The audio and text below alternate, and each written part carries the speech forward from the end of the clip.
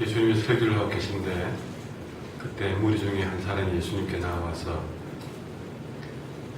선생님, 내 형에게 얘기해서 유산을 좀 나와 나눌 수 있도록 도와주세요 라고 간청을 했습니다. 그 당시에는 이런 가정의 유산 분배 문제나 이런 법적인 문제에 대해서 명확하게 판사나 검사, 변호사 같은 시스템이 없기 때문에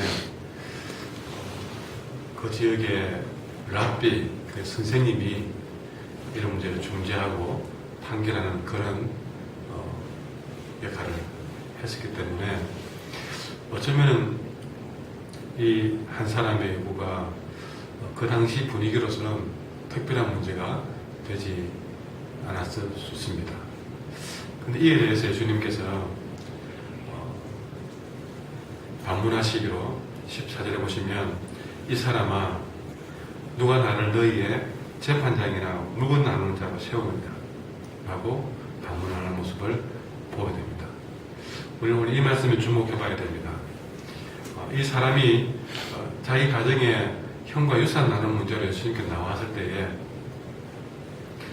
그에 대해서 예수님은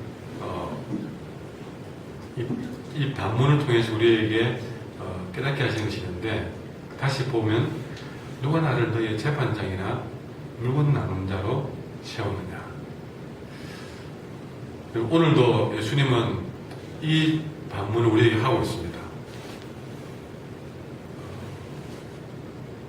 오늘 우리가 이 새벽에 기도하러 나왔죠. 우리가 주님을 만나러 나오면서 많은 성도들이 예수님을 어떤 내 가정에 돈 관리하시는 분이나 또 내가 떼인 돈 그거 좀 받아주는 그런 업자 정도로 여기는 그런 우리의 신앙이랄까요? 우리의 모습을 이 말씀을 통해서 우리는 보게 됩니다. 예수님, 누가 나를 괴롭히는데 좀 혼을 내주세요. 예수님, 내가 빚을 졌는데 이거 좀 해결해 주세요. 내가 좀 이렇게 아픈데 이거 좀 해결해 주세요. 우리 아이가 말을 안 듣는데 이거 좀 해결해 주세요.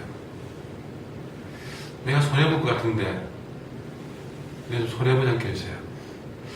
우리가 이런 식의 우리가 생각들을 많이 합니다.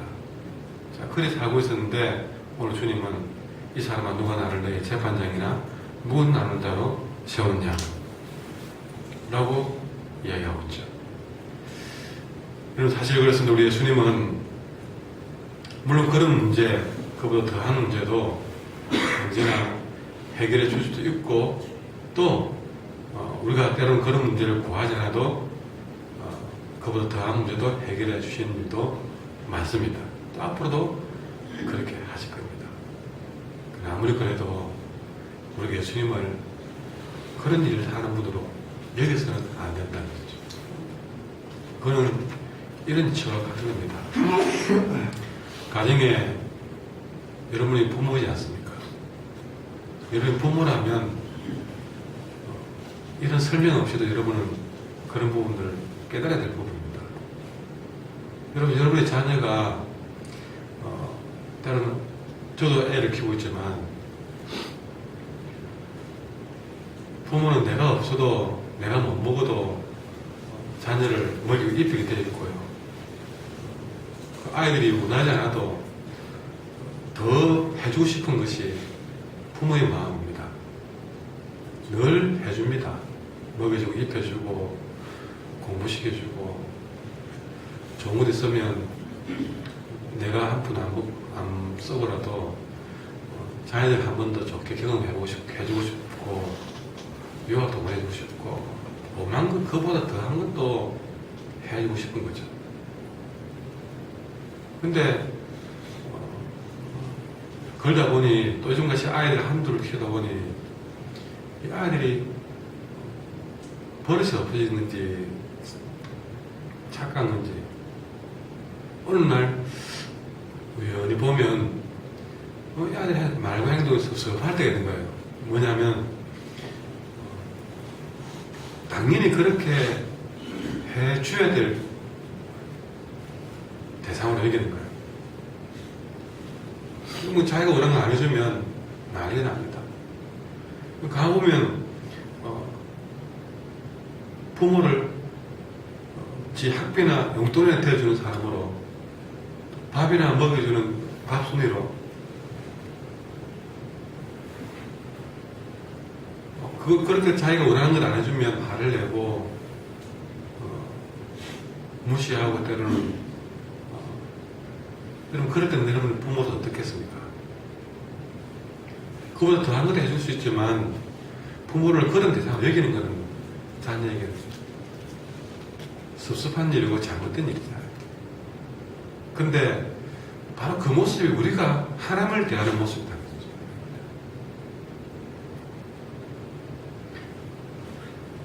우리 예수님은 우리 주머니를 채워주기 위해서 오신 분이 아니라는 사실입니다.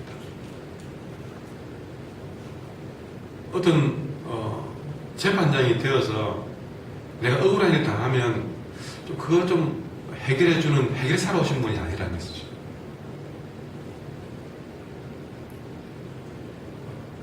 우리 예수님은 그보다 더한 생명을 풍성하게 해주기 위해서 오신 분이고, 우리의 영혼을 구원하기 위해서 오신 분이고, 없어질 이 땅의 것이 아니라 영원한 하나님 나라를 내 마음에 세우고자 오신 분이십니다. 그러니 우리가 이런 마음을 가지고 주를 찾을 때에 주님은 그 사람에게 뭐라고 했느냐? 삶과 모든 탐심을 물리치라고 했습니다. 지금 이 사람은 형과 유산을 더 갖느냐 마느냐, 거기에 탐심이 있는 것을 본 것이죠. 우리 안에 이런 탐심이 있으면 주님이 우리에게 이런 하나님 나라를 세우자 오신 분으로 보이지 않고, 어쨌든 내게 좀 돈 한 푼 더 더해주는 회계사밖에 보이지 않습니다. 그리고 우리 안에 있는 이런 탐심을 우리는 내려놓아야 됩니다. 아니, 물리쳐야 됩니다. 어느 탐심이든 여기서 삶과 모든 탐심은 다 물리치라고 하고 있습니다. 이런 탐심, 저런 탐심, 내 안에 있는 것, 그 탐을 내는 것들을 다 물리쳐야 되겠습니다.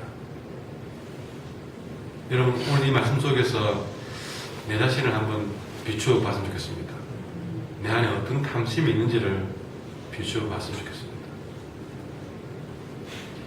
이런 탐심을 가지고 있으니까 여러분, 이 탐심에 사로잡혀 있는 이 청년에게도 보듯이 이 사람에게 있어서 목표는요, 한 푼 더 가는 겁니다.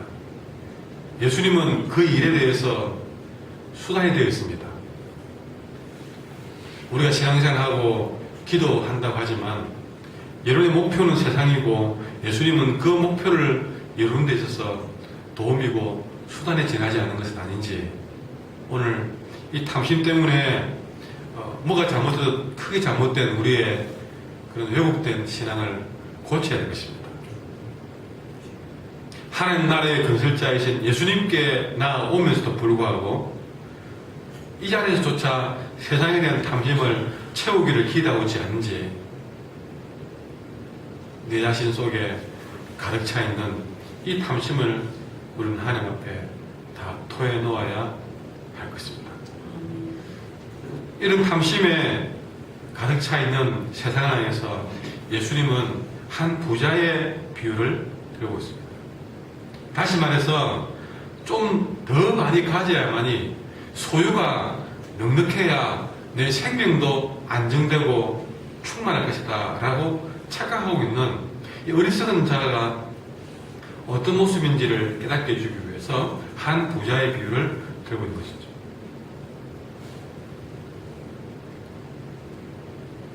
조금이라도 더 얻기 위해서는 형과 싸워서라도 얻고자 했던 이 한 사람의 모습. 여러분, 최근 뉴스만 보더라도 가족 간에 남도 아닙니다. 서로 사랑을 나누었고 또 함께 살아왔던 가족 간에 이 재산 문제를 위해서 최근에 몇 건이나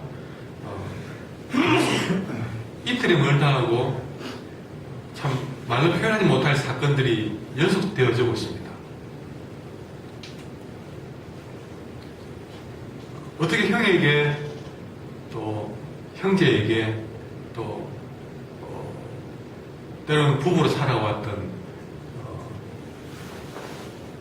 남편과 또 심지어 자연에 난 딸 이런 사람에게 총기를 가하고 독을 먹이며 한 분을 더 가지려고 그렇게 해서 얻은 거는 뭐냐 그렇게 해가지고 펑펑 쓰는 그거 하나를 위해서 이렇게 목숨을 해하는 것도 아끼지 않습니다. 많이 가지면 자신의 삶도 더 행복할 것이라 생각하는 이런 어리석은 착각에 빠지는 자에게 한 부자의 비유는 많은 얘기를 하고 있습니다. 그 비유를 들어보니 어떤 부자에게 풍년이 들었습니다. 근데 부자에게 고민이 생겼습니다. 사람은 넉넉해도 고민하는 존재입니다. 어떤 고민이냐? 이걸 쌓아둘 창고가 다 차버리기 때문에 그렇습니다. 이에 그는 곡간을 들고 더 크게 지어서 거기에 모든 곡식과 물건을 쌓아둘 계획을 세웠습니다. 근데 여러분 그렇게 쌓아둘 계획만 세워도 그걸 상상만 해도 이 사람 너무너무 즐거운 겁니다. 여러분도 여러분 통장에 잔고가 쌓이고 또 여러분의 수입 예산이 늘어나고 또 모든 가능성이 그렇게 넉넉해질 것이라 생각이 들 때에 그로 인해서 즐거워하십니까? 물론 없는 것보다 넉넉해서 여러분 우리는 행복할 수 있습니다. 그 자체를 부정할 수는 없습니다. 그러나 그 속에는 엄청난 착각이 하나 있습니다. 그가 모르는 비밀이 하나 있습니다. 그게 뭐냐면 아무리 넉넉해도 내 창고가 쌓아둘 곳이 없을 만큼 넉넉해도 하나님께서 그날 밤에 그 영혼 불러가시면 아무것도 아니라는 사실을 모르고 있다는 사실이죠. 있는 것이 행복하고 만족됐다 그걸 나무라는 것이 아니라 결국에 탐심은 진짜 중요한 것을 보지 못하게 만든다는 것이죠. 다시 말하지만 어리석은 자의 오늘 밤에 내 영혼을 도로 찾으리니 그러면 네가 준비한 것이 누구 것이 되겠느냐 이걸 모른다는 것입니다. 하나님은 우리가 살아가는 나날 동안 행복을 누리기를 원하십니다. 그러나 그 영혼을 진짜 행복하게 만드는 방법은 소유를 넉넉하게 채워 넣어야만이 그 영혼이 넉넉한 것이 아니라 여러분 22절에 보시면 그렇게 자기를 위해서 재물을 쌓아둠으로 부유하고 행복한 것이 아니라 하나님께 대하여 진정 부유한 자가 진짜 행복한 사람이고 그 준비한 것이 결코 헛되지 않을 것이다 하는 것입니다. 탐욕은 이 중요한 사실을 우리는 왜곡되게 만듭니다. 다시 한번 강조하지만 상과 모든 탐심을 물리쳐야 될 때입니다. 그 탐심은 우리에게 정말 잘 쓰도록 그러니까 어떻게 사용해야 되는지 그 사용과 부리는 대상이 되어야 되는데 우리의 물질은 어떻게 사용하느냐 그런 대상입니다. 그러나 우리는 이 물질을 소유와 숭배의 대상으로 변질시켜 놓았습니다. 최근에 이런 연예인 사건을 보면서 한마디로 진단해 볼 때 돈이 신이구나. 사람들에게 돈이 우상이 되어 있구나. 그냥 돈은 둥근 쇠덩이 아니고 종이가 아니었습니다. 여러분 손가락을 들고 있는 불상이 우상이 아니라 물론 우상이지만 그보다 더 무서운 우상은요 여러분 납작한 종이 한 장입니다. 그걸 위해서는 모든 하는 이 악한 세대, 하나님은 그것을 우리에게 주실 때는 그걸 어떻게 사용하느냐, 어떻게 부리느냐, 그런 의미를 주시는데, 우리는 그것을 내 소유와 숭배의 대상으로 삼고 있다는 것이죠. 그게 탐욕입니다. 그냥 그렇게 하면 탐욕에 사로잡힌 사람은 아무리 많이 가져도 결코 그것으로 해서 행복을 누릴 수 없으며, 결국에는 최근의 사건들처럼 사랑하는 사람도 무지막지하게 해치게 되고, 결국에는 자기의 가장 소중한 자기의 영혼마저도 망쳐버리는 그런 무시무시한 여러분 독약이 바로 거기에 있습니다. 사탄은 우리를 그렇게 끊이는 탐욕에 몰아넣고 있고, 그 물질에 우리가 사로잡히게 하고 있습니다. 어쩌면 우리 자신도 그렇게 아직도 사로잡혀서 헤어나지 못하고 있을지 모르겠습니다. 탐욕을 버리고 내게 주신 물질을 사용과 부림의 대상으로 삼고 소유와 숭배의 대상에서 내 마음을 빨리 빼나와야 되겠습니다. 더불어 우리는 자기를 위해 재물을 쌓아둔 것에 만족하지 말고 하나님께 대해 부유한 삶이 되어야 할 줄 믿습니다. 기도하겠습니다.